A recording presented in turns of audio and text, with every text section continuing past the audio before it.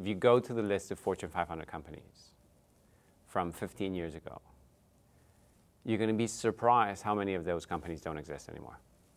These were the 500 most successful companies in the world. Even if you're very successful, if you don't innovate, you'll disappear. Students need to understand this. They need to understand that the barriers to innovation are real and are predictable and will be there.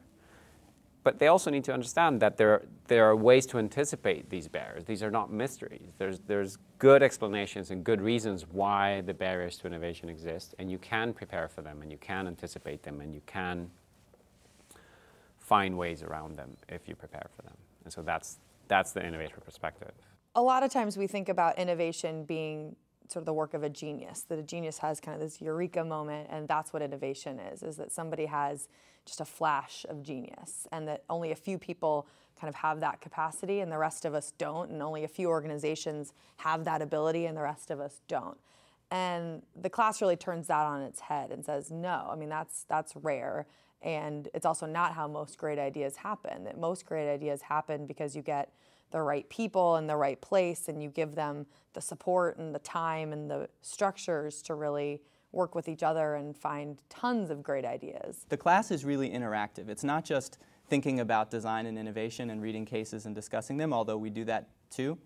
There are a lot of experiments that we participate in together in teams in the class. My favorite part of the course was probably working in a group of 4 people throughout the semester. So we were asked to go through the design thinking process as a group, from ideation to basically what would be implementation of this idea. And the reason why I liked it so much was because after every time we met, we were asked to give feedback to the other members and to understand how we worked well together, how we didn't work well together. And so by the end of the course, we really had a sense of the process that worked for us, that helped get those ideas out there and helped us be more free-thinking and more open to, other ideas that may be outside the box that we were previously thinking of. One of the techniques that the innovator uses to impart knowledge to us is the raw case method. And in that, what happens is that we have many different facets and a lot of different sources of information available. One of the cases was looking at the Mayo Clinic. And from its earliest days, it was really a revolutionary organization. They developed a number of innovations that transformed modern medicine. And so now the case was really looking at present day how Mayo Clinic evolves and innovates. There are billions of dollars poured into medical and pharmaceutical research, but not as many people are focusing on the entire experience. So the minute that the patient calls the hospital to the minute that they leave the hospital and have to keep up with regimens. We had financial statements, we had presentations, we also had interviews with some of the main players in the case itself. I really like watching the videos because you get to a little bit more of a how this actually happened perspective, that rather than reading a case where you get a summary or from just one person's point of view, you get to watch an interview with the doctor who was working with the designers and the designers who came in to work with the doctors, or the administrator who was kind of running the whole thing. And so you get a much better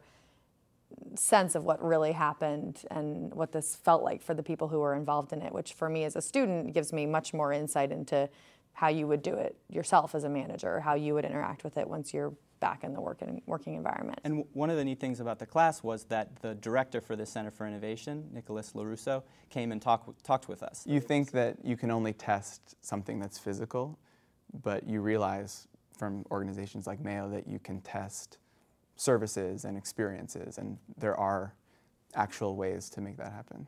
Most business school students know words like NPV, financial statement analysis.